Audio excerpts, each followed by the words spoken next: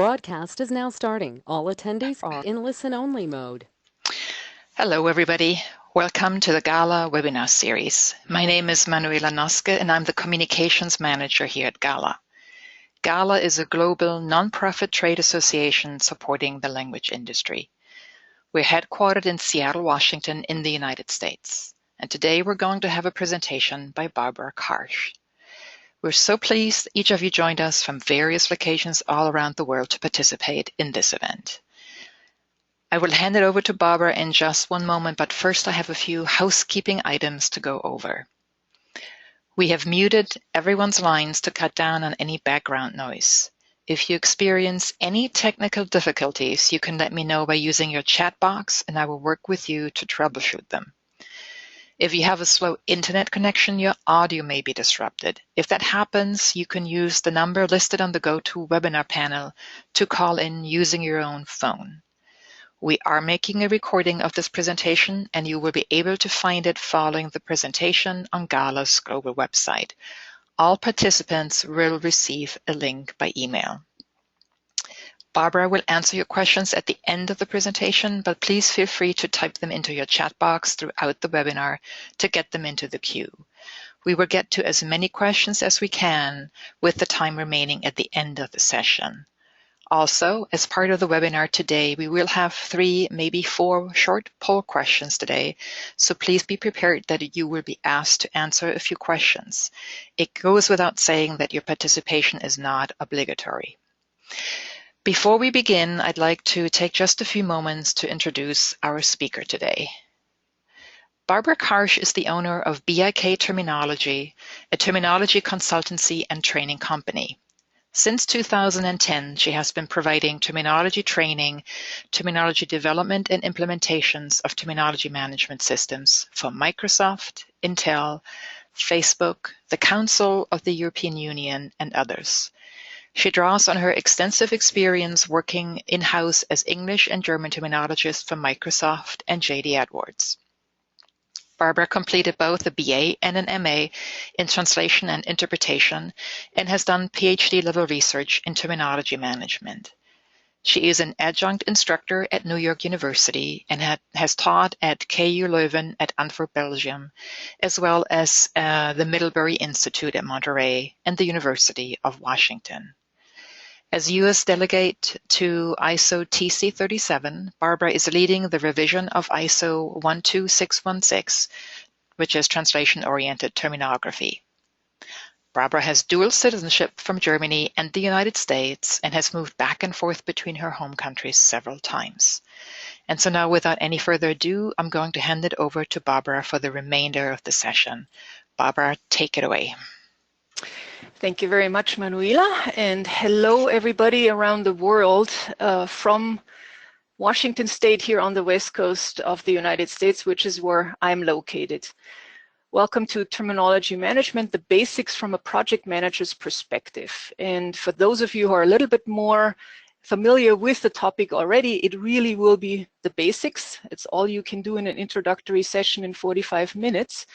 And we also focused on more of the project manager's perspective and not so much on the people doing the work. If I refer to them, to people doing the work, I will call them either terminologists, which is when they're more doing it more full-time, or terminology worker, which is sort of a new role that we have been creating in the works of ISO 12616. And with terminology workers, we mean people who do it as part of their role, but not full-time necessarily. Today, our agenda is, first of all, we'll briefly go into what is terminology, what do we even mean with that. I very, very briefly list the basic principles. It would take us too long to go into details here, but at least you will get a list so that if you're interested, you can look it up, and maybe we can explore that further in future webinars. The main part of our time will be spent on why do we need terminology work, and then also we'll look into where does it fit in the workflow, or where does terminology work come up in the workflow. And we'll start actually with a little poll already, because I'm curious, do you think that terminology work is currently happening at your company or organization? Manuela will be opening the poll and give you a few seconds, not too long, but just so that we get a little bit of an idea on what you think,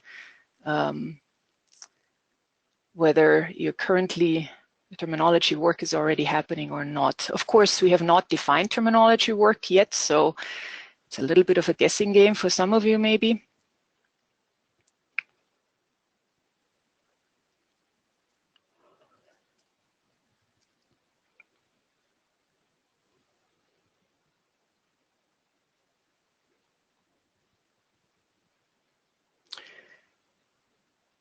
And Manuela, I think if you would like to close the poll, and by the way, I cannot see the poll, so you are doing this, and Manuela will share the results in chat with me.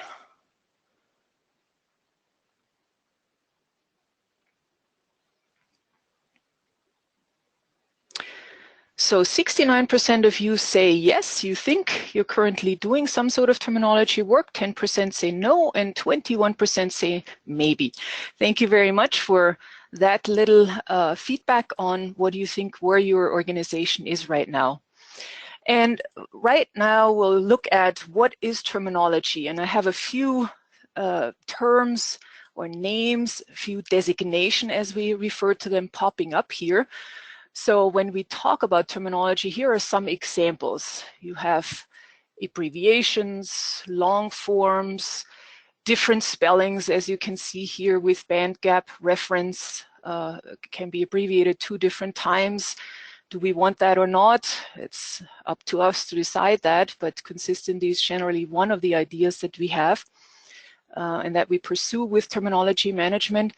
We also want to be clear that everybody knows what something like BYOD, an Intel term that Intel partners are using as well. And so it's always a good idea that you define your terminology so that people that you work with, companies that you work with, know what you're talking about and that they use it the same way that you do. And then look at this very, very long product name here in the center. If I were still working as a translator, I would probably not want to type this 50 times a day. I would want that to come in from my Termbase into my translation segment, and I just want to copy that in if possible. So those are already some of the motivations that we pursue with terminology work. But now, what is terminology? We have 2 different meanings, and here you have the definitions from ISO 1087. On the one hand side, terminology is the science, and the science where we study the structure, the formation, the development, the usage, and the management of terminologies in various subject fields. Very important here, it's not general language, it is the language that is used in specific subject areas by experts, so highly potent terms, if you will.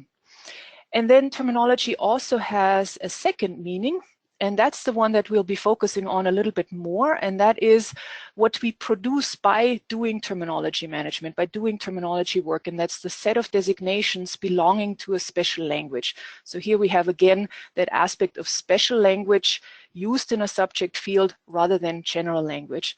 And just to show you that a little bit visually, here's a text where I hid all the technical terms, and all you see is the general language that connects the big meaning blocks that we have in technical communication. So the technical terminology here is hidden and the general language is visible. And now you have the opposite. You see technical terminology. In this text, there are only terms and no names in this particular one.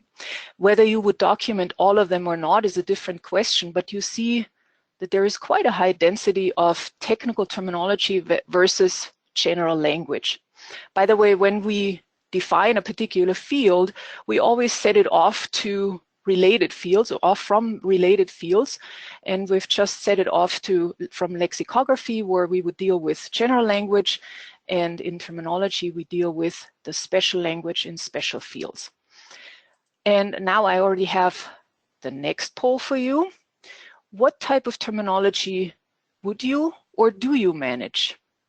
And we have 5 different options, and I'll read them out for you while Manuela brings up the poll. Abbreviations, synonyms, homographs, product names and other names, and all of the above. And we'll give you just a few seconds to participate in this as well.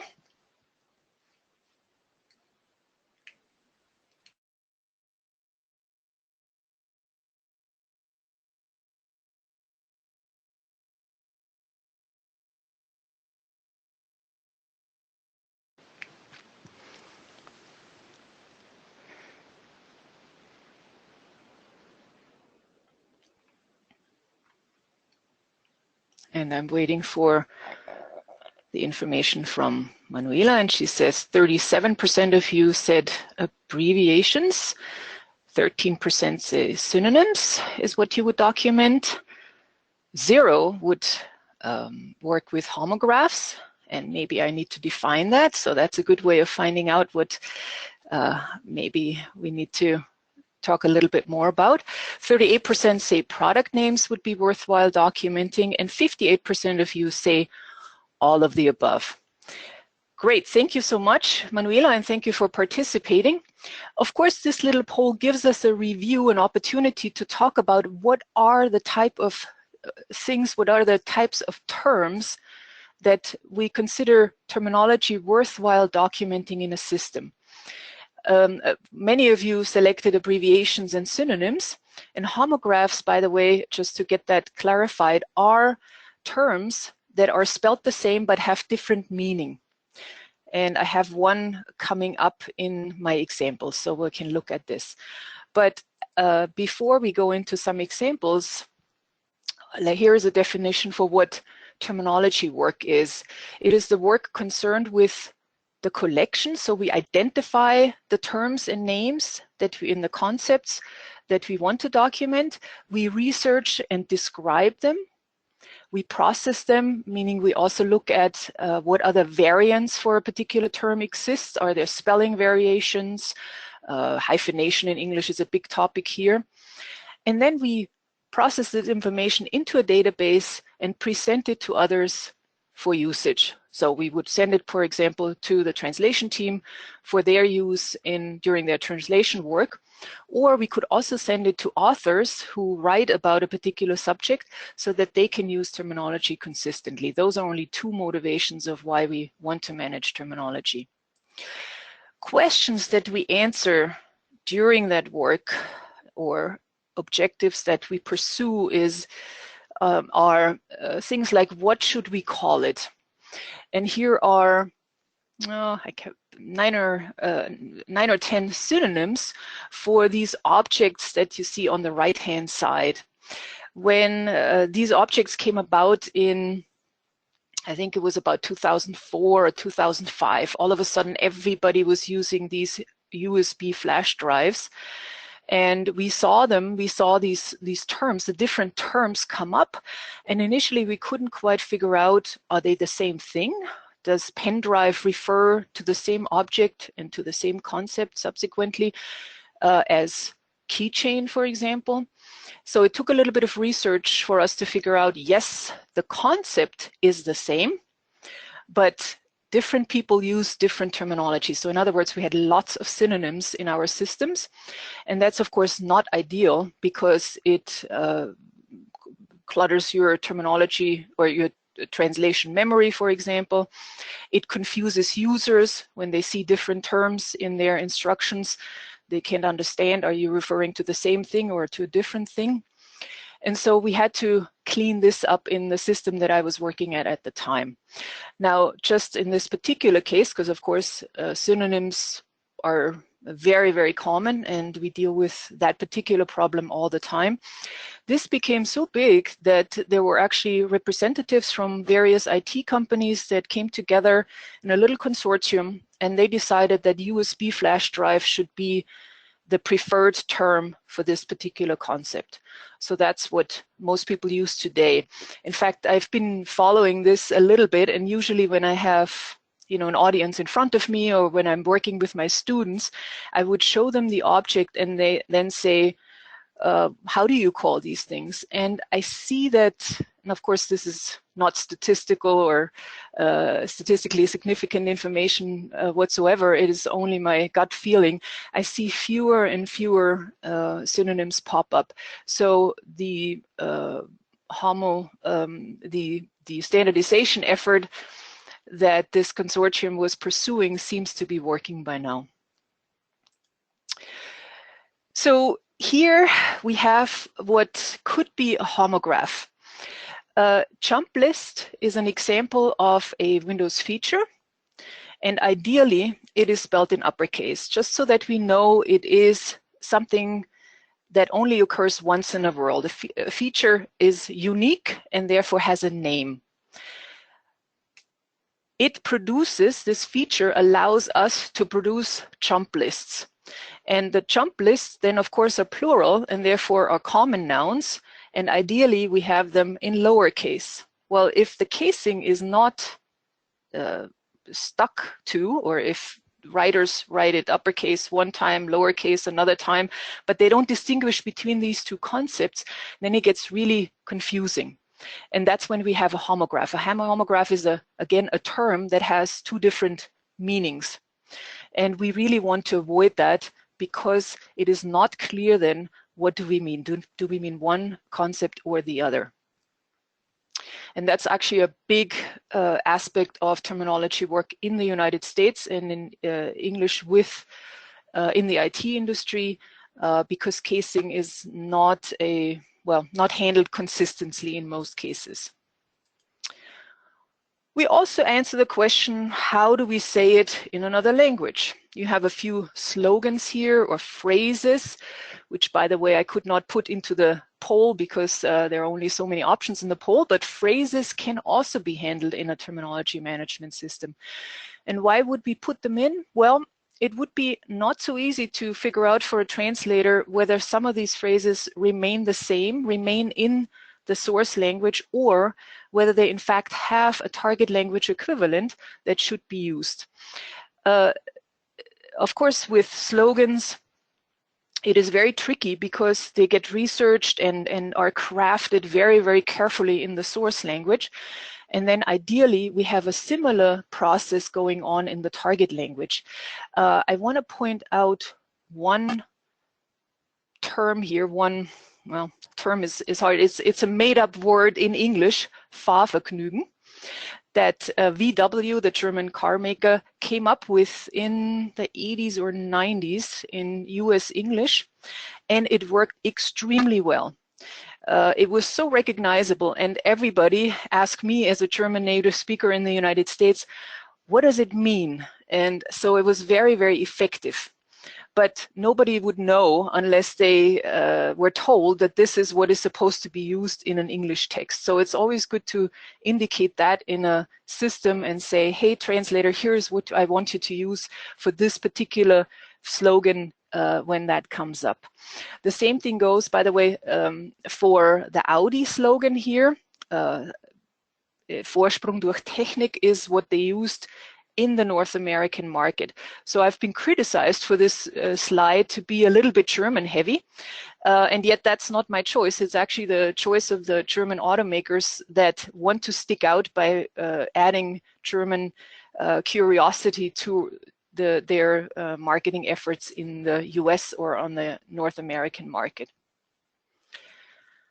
On this one, how do we prevent the branding team that you might work with from imposing loanwords on other languages? And as you can see here, the term, and it's not a name, so it's a common noun, first line worker, was imposed really on other languages. Instead of choosing a native language term, as we refer to it, not a translation, we say a native language term, so something that represents that concept in the other language, the branding team insisted that it be used in English. It doesn't make a lot of sense for native speakers when they see the term because they can't make sense of it. And it also presents a lot of problems for the translators because now they really have to introduce this concept in a way that allows the users or the readers to make sense of the paragraph that they are translating. And that got pretty difficult in this case. So that's something that we want to help avoid. We can't always be successful here, but we at least try that. And then, of course, we also try to prevent poorly motivated terms here. A Finnish snack bag that had an unfortunate name in English, although today maybe the name would actually be quite acceptable because language changes, our perception to language changes, our associations or connotations change. So maybe today would be actually acceptable and maybe even something that has a positive connotation. All right, on the next slide, we'll see some of the basic principles, and I briefly walk you through it because as PMs or as somebody who might hire somebody to work on terminology, you don't need to necessarily be familiar with all the principles in depth, but you should make sure that the people that you hire are familiar with these concepts, these principles. The first one is, well, one of the most important ones in that terminology work always happens with a focus on the concept. Unlike lexicography, where when you open a dictionary, you have a word and then all the different meanings listed underneath it. Well, in terminology work, we focus on what is something, we write a definition, and then we say, yes, now we understand what it is, and now we attach all the different terms in the different languages, maybe multiple terms in one language, a short form and a long form to it. That's the working method, but it is also the structure of the database. The second one here is called term autonomy, and that means that each term or name, each designation is documented independently.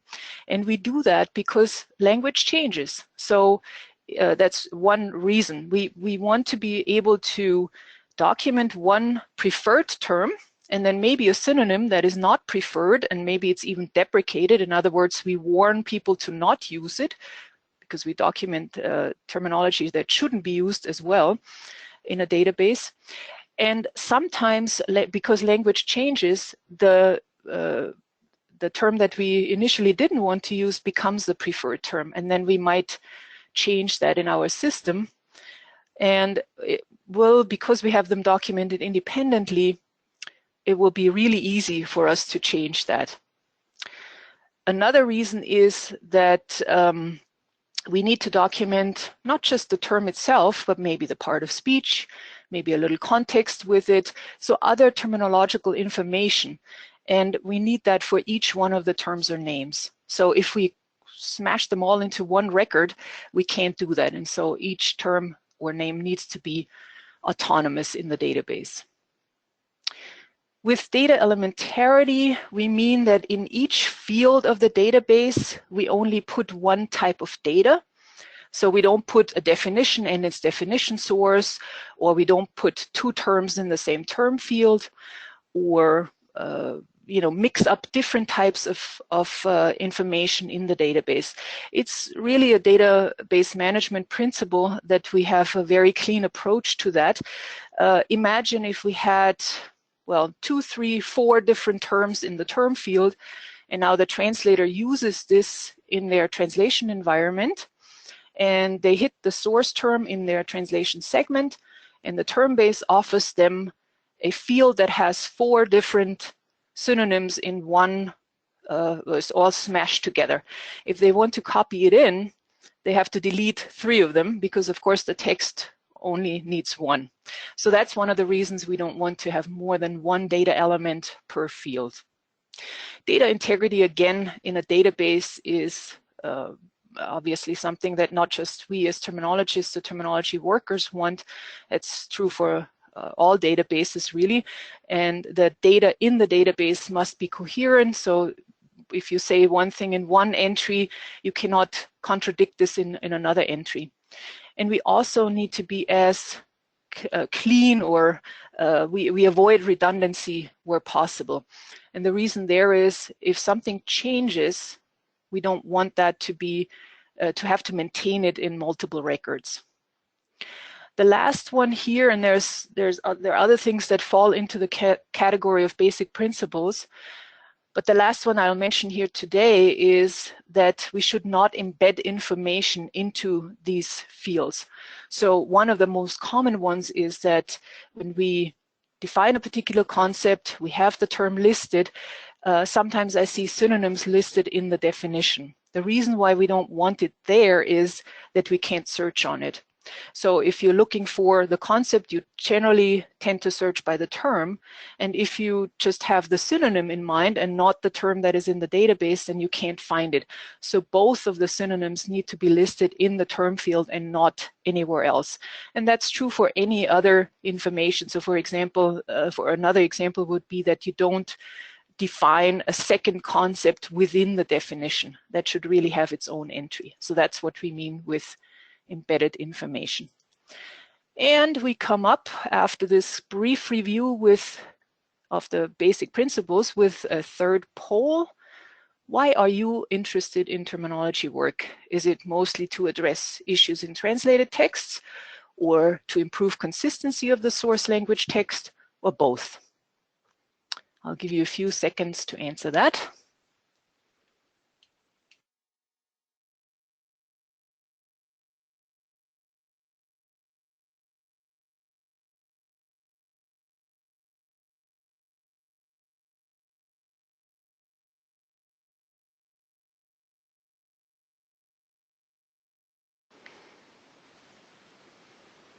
And Manuela, I think we can close the poll. I see you did.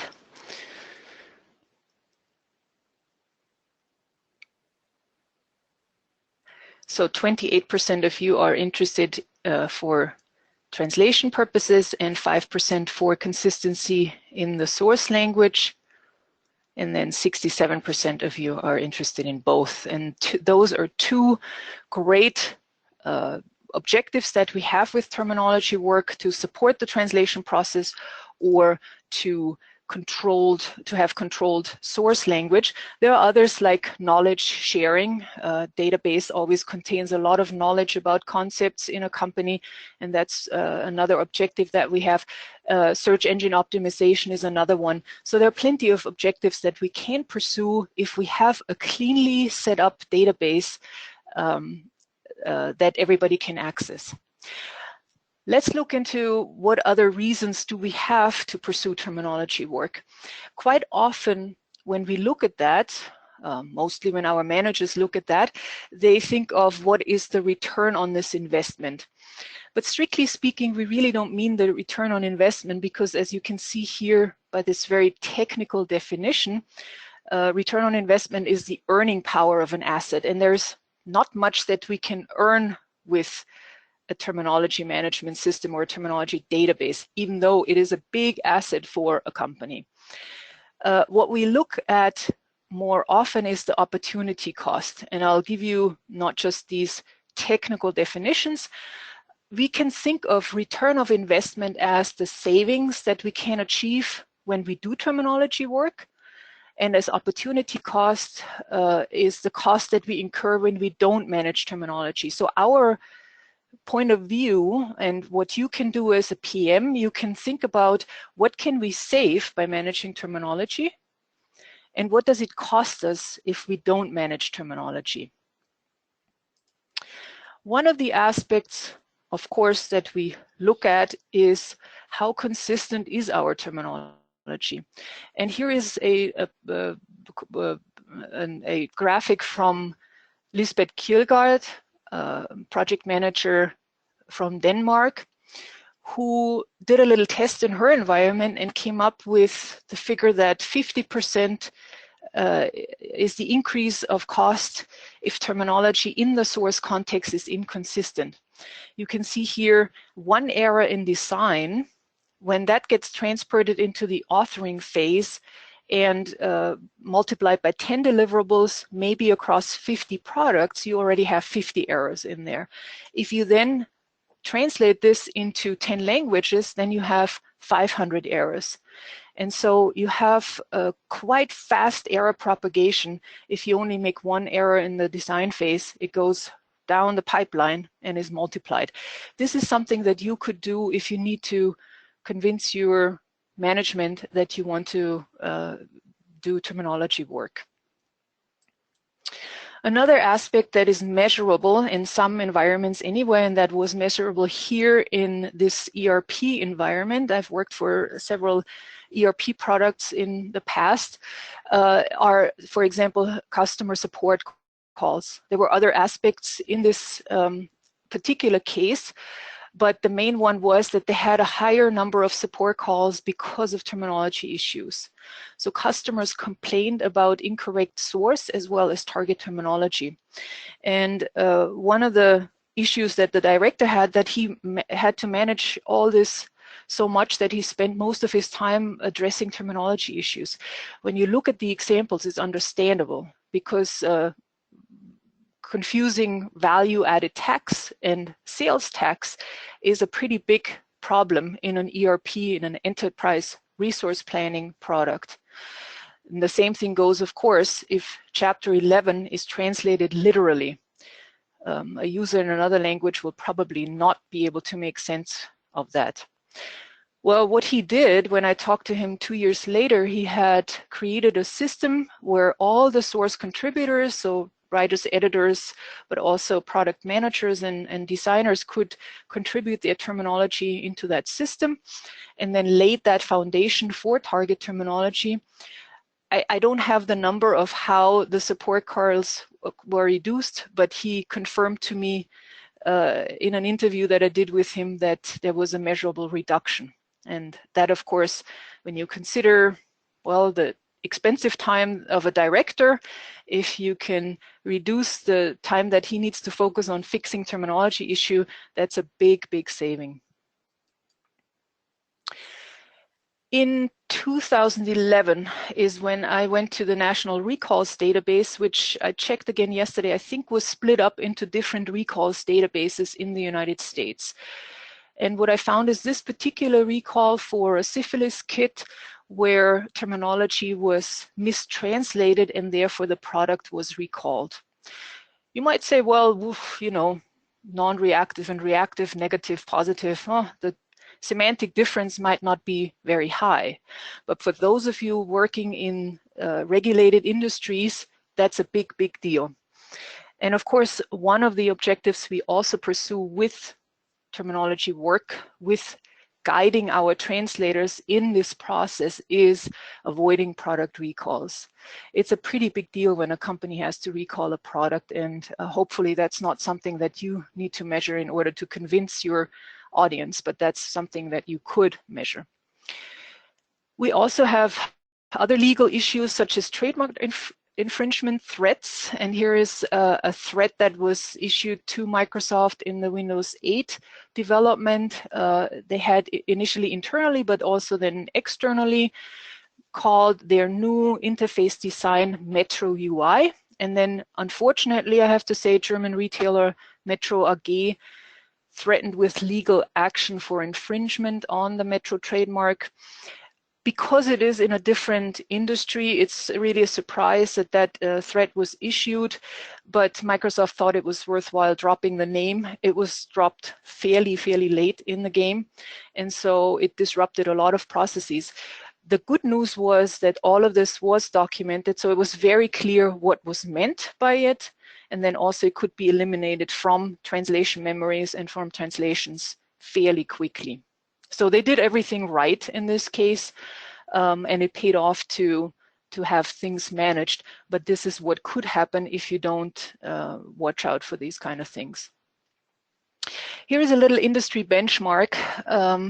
Those of you who may have listened to my colleague and friend Cara Warburton might know of the Canadian study that was done where a consulting company measured how long it takes product contributors to find answers to terminological questions. And product contributors could be writers, editors, or translators. And it took an average of 20 minutes if they had a question, like what does something mean? What does this term stand for? How is it spelled correctly? It took them an average of 20 minutes. In another benchmark that we have in the IT industry, we say it takes a terminologist about 20 minutes to research and document a concept. It's obviously about the same, because when somebody looks for the information, they will need time, and then the terminologist also needs about the same time.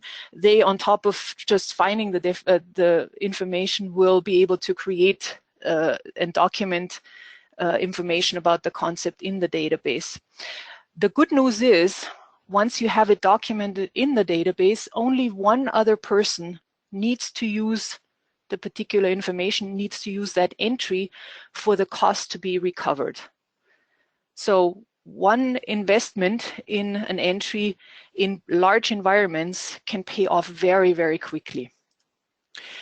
But of course, as Mark Childress from SAP and Peter Oemig, also a German terminologist, pointed out here is a little while ago, but it's a very simple graphic that I think shows very clearly that there is an initial investment, of course. So there is fixed cost to terminology management. You have to invest in a database. You have to invest in your infrastructure. You have to train people in proper usage. But then your cost does not rise all that much anymore. While if you don't do anything, the chaos in terminology, the chaos of not documenting the meaning of the concepts within the company, the not documenting consistent usage of particular terminology that should be used for referring to these concepts, that's what's getting the cost very high then. So at some point you have a break-even point, and then there is another study by Klaus-Dirk Schmitz and Daniela Straub that was published in 2010, and they estimate that in about 4 years you have reached the break-even point. I would say, depending on your environment, you can reach that earlier. If your environment is not very complex, you can reap benefits much sooner. If you went with a smaller cost or lower cost system, your break-even point can probably be reached much sooner than after 4 years. But here is why you should do sound terminology work, or do it well. In the middle here, I have the indication of an Intel product. And let's assume that somebody is asked to translate it, and they get the text, they find a particular term, and now they start researching it, and they see, oh, this term comes up in all sorts of different places. And as part of their source terminology work, they identify all the terminological information they need, and they put it into a terminological entry in the system. They need to do this really, really well, because they will then ask their target terminology colleagues to supply the same information or similar information, or at least a target language equivalent in the target languages. And you can see here the representation of those target language entries. And our target terminology colleagues need to do that really well, because localizers depend on them.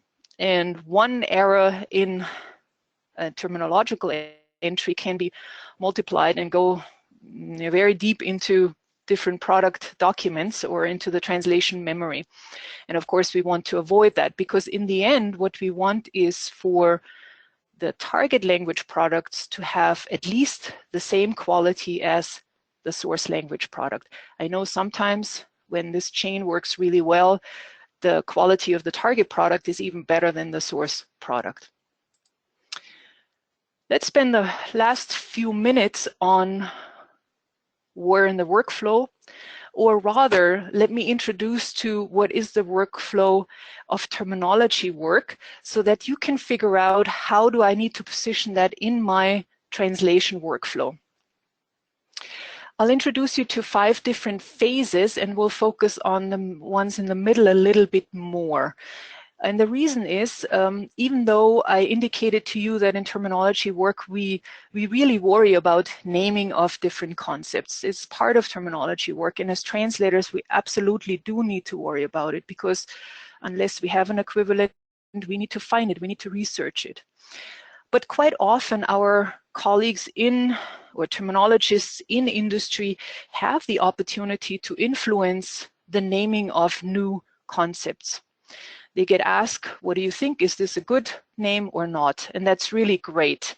It's even better if the term or name is also run by target language experts who can say, yes, this will work even if we leave it in the source language. So for example, for a product name, if we leave it in the source language, it doesn't have any negative connotations. So that's what we get to do in this phase, but we don't always get to participate. Quite often we come in on this second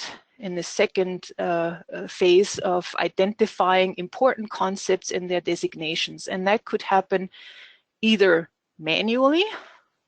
Any translator who translates needs to identify the terms that he or she is not familiar with. And we could do that in the terminology process for them. So that's really the benefit. We take terminology work out of the translation process and do it centrally rather than letting all the different translators who we might hire do it individually. So we identify the important concepts and their designations. Then we research and document them and put them into a terminology management system. And that allows us then to distribute the information and use it. And ideally, we send it upstream to our authors so that they are consistent in using the terminology in their source documents. And we also share that information downstream with our translators so that we have consistent terminology in the target languages. In my experience, about 5 to 10% of the entries need to be adjusted a little bit. You might not always have all the information available by the time you document your entries in this phase, and so you might have to come back and fix a few things. Here is just a different view onto that. So if we are part of the product creation process and get to participate in naming, we come from this angle, or more often we start with identification and extraction of terminology manually or in an automated form, research and document it, and then distribute it. Who is involved? Well, you can already guess based on the phases that I told you. Here are just a few examples. Basically, anybody in a company or organization uses terminology, and quite a number of different job roles produce new terminology, and starting by product design, branding and marketing, obviously very strong naming departments in a company. Writers and editors are often also creating new terminology, but they're also definitely using it. Translators would do that in the target language. And then maybe you as terminology PM, you're working with the terminology, you're organizing it. But one point I really want to make here is that quite often our customers are either at the end or at the beginning of the whole chain. At the end, when they come back to us and say, hey, I don't quite understand what you mean here, and by the way, I'm an expert in whatever subject area, here is what I use. Or they might say, hey, I need a new feature, and here's what I would call it. They always need to call it something, right? So they already give you an idea on what something is called, or what they would call something that they might need as a new feature to a particular product. So customers are involved. Now, very briefly, we don't always have this waterfall production cycle anymore. It's much more of a cycle and a continuous loop of producing products, of creating new products, and therefore our terminology also is much more of a flow. In other words, new stuff comes in here into the system, new concepts, new terms, new names are being added. They are processed by the terminologist who researches and documents, puts them in the database. Then translators, editors, writers, all sorts of different job roles will use it, and they might find a little issue, something to improve, and ask for a change request. If you're sharing your terminology with the external world, with people outside of your company, you might also get feedback from them. So you can think of it also as a continuous process and not just a one-time thing. Manuela, I'm going to skip the last poll and come to conclusions so that we have enough time for questions. And in summary, we could say that the highest return on our investment of managing terminology can be reaped when we work into one system, one centralized terminology management system. We are working based on standards and best practices and not just based on our gut feeling. There are plenty of good guidance documents out there that should be used. Therefore, we produce reliable data, and we manage that data once and then reuse it over and over again. And we reuse it in authoring environments, as I've already mentioned, in translation environments. We also share that knowledge with others. And if you look around your organization, you may actually find already systems that are very close to terminology management system where this knowledge is shared already. Or you might find people who have that knowledge and that information, the type of information we're talking about, terms, names, definitions, spelling variations, on their desktops, and nobody else can access them there. So not a good idea. When we have it in a centralized system, the data is reliable, then we can save with every query that we do on this system, either by a human or by a machine during a QA process or in any other situation. And that brings me to the end. And Manuela, I wonder whether there are any questions. Yes, there are. Thank you very much for your presentation, Barbara. We have one quick clarification question that I wanted you to answer, and that is homography identical with polysemy? Good question. I tend to avoid it because we really only worry about homography in terminology work because we care about is the spelling the same. Polysemy means that the etymology of the two different terms is differently. I can't come up with a great example, but they are almost identical, but not exactly the same. In polysemy means multiple meanings. The terms have different, or the history of the terms are different, while for homographs, it is all we are saying is they're spelled the same, and that's really what we care about in terminology work. So I tend to not make that difference. There is a slight difference. It just doesn't matter very much in our environment. Cool, thank you. And then, someone is curious here, and I think probably all of us are, could you recommend some reference materials or guidelines for best practices in terminology management? Where would we go? So there's, of course, plenty of material out there, and there are two recommendations that I have. There is an organization by colleagues of mine called Terminorgs, the terminologists in different organizations and companies, and they have come up with at least two really good documents. One is called the Starter Guide. So when you query Terminorgs, I'm sure you'll find them on the web, and you can look at their starter guide.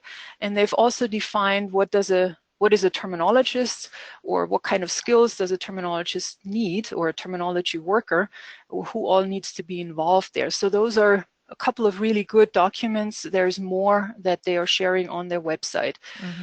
And then I cannot underestimate the value that the ISO documents really provide. They are not exactly easy reading material, but if you really want to get into terminology work, then I think you should not avoid them. So the ISO documents produced by Technical Committee 37 are really good. There are other things that, like books, that I could share, and if somebody's interested, you can definitely send me an email and I can send you a list of reference books that are available, and maybe other links that on Yeah. the web that don't occur to me right now. Right. Well, why don't you send that information to me? I will send a wrap-up mail after this when the recording is available, and I will just add it to that email, and so everybody then has access. That would actually be Sure. great. Super. Thank you. Yeah. We got one question here that may need a little bit of time to answer. It is a general question. What is the best terminology tool?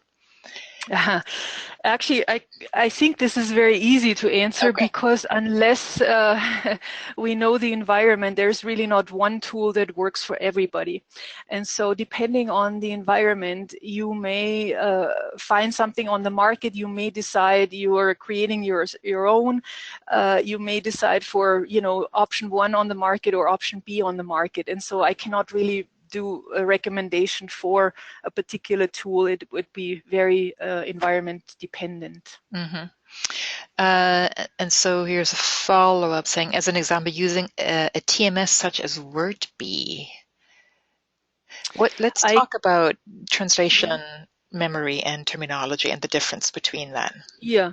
So translation, both are databases, of course. Translation memory is where you store your bilingual strings, your source strings, and then your translated strings. So some people consider that a terminology resource. Of course, in your segments, in your documents, you have a lot of terminology. In a terminology management system, you take the individual units that are discussed or described in your documentation and document them in a different way. And I think the main difference between the two databases is that generally a translation memory, so the bilingual strings, are not kept quite as clean, are not kept up to date necessarily. I mean, some companies do that better than, or have more focus on it than others, but they're not managed as such. While the terminology that you pull out and put into your terminology management system is really the gems in your organization. It's the most important concepts that you talk about, and so that's one of the main differences. Cool, thank you. We got one other question here. When do you know that you have all necessary information for a designation? So referring to the long product name that you were talking about earlier. When do I know? It really depends on the case. So depending on a definition, I kind of have to make up a scenario almost. So it also pertains to the question of what kind of stuff do you document in a terminology management system.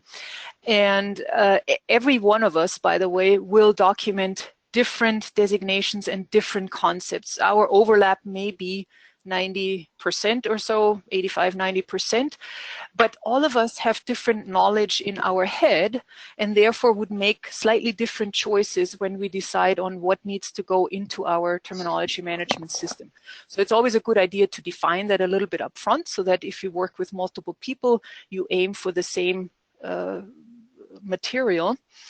But when you document a particular or information for a particular concept, you will also, depending on your environment, also on the time that you have available, on the funds that you have available, you will say, okay, in our system, we will document a definition source, the different terms for the concept, the part of speech, maybe a context. You may document the products that where that name or designation is used in, some way of retrieving the terminology again, and quite often that is done by product or by subject field.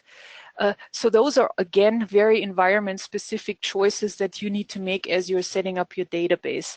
And,